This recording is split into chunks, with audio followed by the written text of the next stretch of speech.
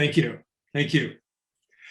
My entire career is devoted to three specific goals. The first one is to alleviate suffering. The second one is to build skills. And the third one is to help people thrive. So I have been doing stress management workshops for some 40 years at this point. And I must tell you, if you were in most of those workshops, here's what you would have gotten. You would have written out what your stressors were on a 24-hour basis. And you probably would have thought that some of those stressors were caused by what was going on. And one of the ones people seize on is they're in commuter traffic. Who wouldn't be upset? Who wouldn't be stressed in that situation? So we would ask them, well, did you ever notice someone in the next car who maybe had their symphonic music turned up and they were just chilling out? The air conditioning was up and Austin traffic wasn't bothering them, and everybody has to respond, well, yeah, I've seen that. Okay, so it isn't a cause. It's not something that's automatic. It's the way you're treating the situation. It's what you're doing with it. So about 90+% of our stressors are really something that we ourselves are creating by the way we look at circumstances. Current stressors are things that we need to quit watering because they're weeds in a way. Most of what we deal with is inside out. Only in Marathon Man, where Laurence Olivier had Dustin Hoffman in the barber's chair, or I'm sorry, in the dentist chair, and was drilling his teeth without Novocaine. Only when somebody scrapes their fingernails on a blackboard do you get the sort of thing that amounts to a cause of stress. So what we do here is take a look at relieving and reducing stress. We are instrumental in it. What's the lesson to learn? Take a look, journal, decipher your filters, your expectations, your biases, and your own catastrophic thinking. What is that? That's the worst case scenario. So the main stressors I want to focus on today are your own extraordinary stress experiences and then the core stressors that no one talks about, 4 of them. What extraordinary experiences have you had in your past? Have you been ever ridiculed, had extreme discomfort, pain, fear, embarrassment, ridicule, humiliation, mortification? I want to show you this little boy.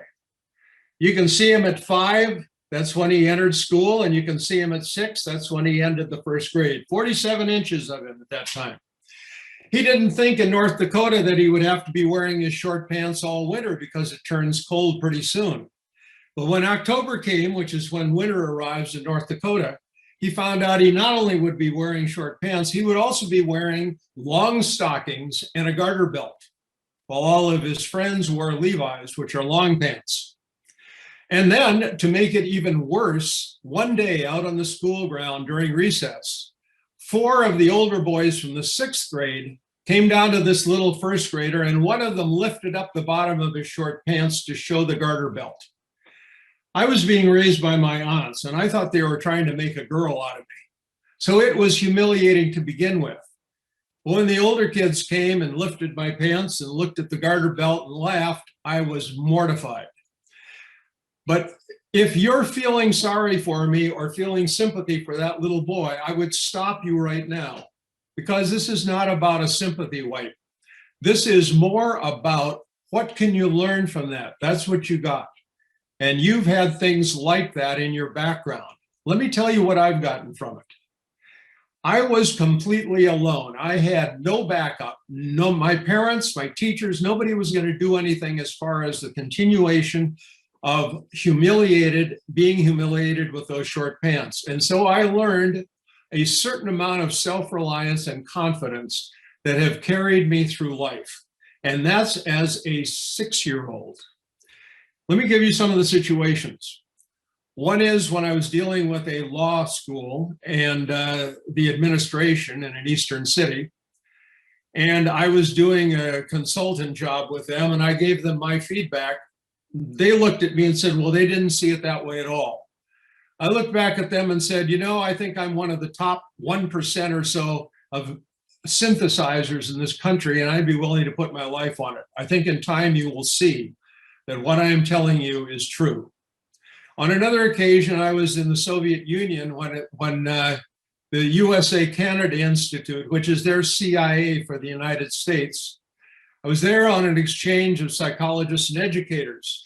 And the psychologists in that institution asked our group, why do you all have so many guns in the United States? Well, nobody was answering, so I raised my hand and I said, well, one of the reasons we have so many guns is we actually think when you come to if you should invade our country, we can fight you off street by street. And any of you who've seen Red Dawn know what that fantasy was. Well, they looked at me and they sneered, but I would still stick with that as part of the response. So what can you do? What I did was I found an anti-fragile skill in my confidence and in my ability to tolerate that kind of criticism and potential humiliation.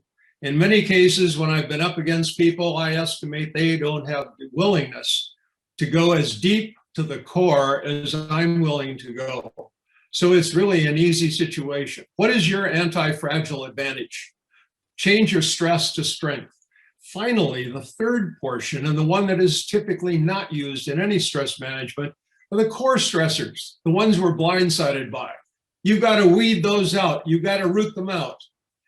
Every year I make sure I'm at home because this little weed will have a nice white flower on it. But after that, it'll stick to your socks. The little burr it puts out sticks to your socks for the rest of the summer. You need to do that kind of weeding. You need to keep a journal and you need to get these things out of your life. Here's number one. Number one is shame, and it's distrust of human nature. And the result of it is self-doubt and self-criticism.